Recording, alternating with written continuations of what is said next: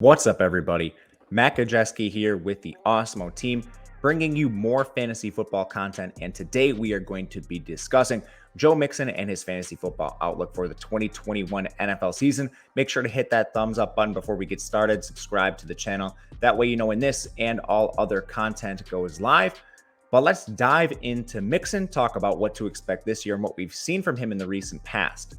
Last year was a little bit of a disappointment for Mixon. Was drafted in the first round of a lot of fantasy football leagues, but because of injury, he was limited to just 6 games. Now, Mixon looks every bit the part of a feature back. He's 6'1", 220 pounds, ran a 4.43 40-yard dash at his pro day, still only 25 years old, and Cincinnati has invested a massive $48 million contract into Joe Mixon. Now, last year, again, he played just those 6 games, finished with 428 rushing yards. He finished with another 138 receiving on 26 targets, but that was a little bit inefficient for Mixon, and it was reflected in his efficiency metrics. He had just 2.55 yards after contact per attempt. That was outside the top 30 in the NFL. He had just 14 missed tackles forced. That's on pace for 37, also below average for Mixon throughout his career. And he has been efficient to this point. In 2018, 2019, he had back-to-back 1,000-yard rushing seasons. The best season from an efficiency perspective actually came in 2019 on that 2-14 Bengals team. Mixon created 877 yards after contact, and he also added another 35 receptions in the receiving game as he took on more of a workload towards the end of the year.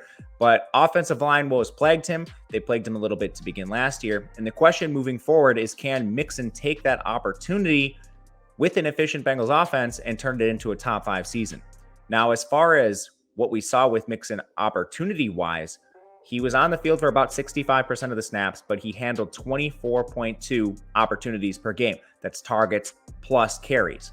That was an 81.5% opportunity share. Was on the field for 90% of the carries. Actually had an 11% target share overall, which is very good.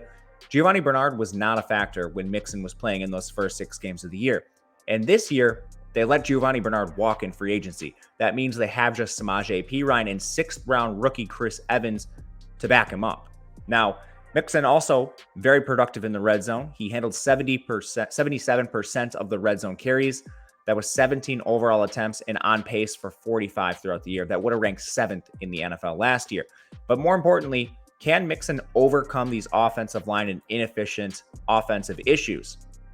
Last year, the Bengals passed and ran the 13th most plays in the NFL. Still, they finished with 19.4 points per game. That was 29. Part of that, Joe Burrow got hurt in week 11. He is widely expected to be back this year, fully healthy, and the Bengals have made a lot of investments into their team. They bring in Jamar Chase with a top 5 pick, letting AJ Green walk in free agency. Again, they let Giovanni Bernard walk, but they also invest in the offensive line. They signed Riley Reef, who's an upgrade at right tackle. They draft Jackson Carman, a 3-year starter from Clemson, in the 2nd round. He should play a guard position. And Jonah Williams, former 1st-round pick, has stepped up, and many believe he will take another step forward this year, bringing their offensive line towards a bit more of average play. Not only that, but they have Zach Taylor entering his 3rd season. At spurts, he has shown the willingness to be pass-heavy and up-tempo, much of that relying on his personnel with a healthy Joe Burrow. So what can we expect from Mixon moving forward? Right now, he's coming off the board outside the 1st round of fantasy leagues, right around pick 15. You're seeing Jonathan Taylor, Cam Akers, Aaron Jones, and Austin Eckler all come off the board before Joe Mixon. The difference is Mixon has the best workload of these backs, at least the most secure workload. Nyheim Hines will split with Jonathan Taylor to some degree. You have Darrell Henderson in LA, A.J. Dillon in Green Bay. The list goes on. Joe Mixon is just battling with Chris Evans and Samaje Perine. The question is, will the offense in Cincinnati be efficient enough for Joe Mixon to pay off that ADP? They do have the 25th easiest schedule, so very difficult, and they're only projected for 6.5 wins. But again, that elevated play volume, a high pass rate to the running back position overall, and a potential step forward for Joe Burrow do bode well for Mixon. Right now, he is a supreme value in the 2nd round. If he falls there, you snag him every single time. And currently, I have him right around the 10th pick overall, so somewhere in the back half of the 1st round, you can't go wrong with Mixon. But that will do it for us today at Awesemo. Again, hit the thumbs up button, like the video, subscribe, And make sure you stick around. We'll have all sorts of content throughout the offseason, mock drafts, best ball drafts, everything fantasy football related that you can think of. We will catch you again next time.